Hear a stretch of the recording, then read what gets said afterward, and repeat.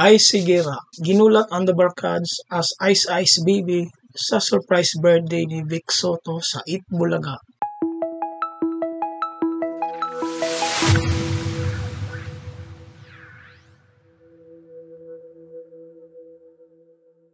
Isa sa mga haligi ng Itbulaga, si Bossing Vic Soto, ay pinagdiriwang sa buong Abril ang kanyang birth month.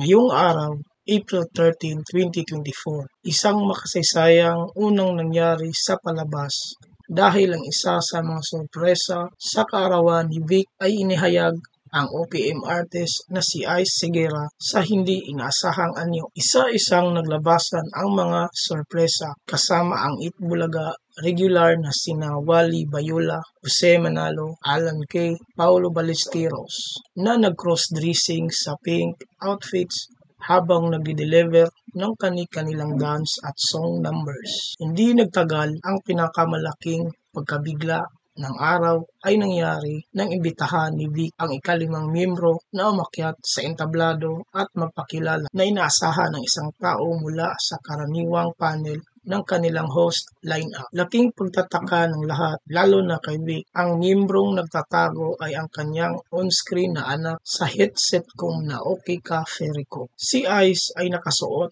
ng Barbie pink mini dress with puff sleeves. Matching white ankle boots ang sumalubong sa mga dabarkads na hindi pa nakikita sa kanya mula nang lumipat siya sa pagkalalaki. Nag-express si Vic, kanina ko pa tinitignan, di ko makikilala. Sa gitna ng pagkalito, sabi ni Ice, Bossing, kalma, ako lang to. Samantala, si Joey De Leon na nakaupo sa audience area, huli na niyang napagtanto ang pagkakalanlan ng tao. At sabi niya, uy, si Aiza ba yan? Ang ganda mo ah. Hi Dabarkads, my name is Karing, I said, but you can also call me Ice Ice Baby.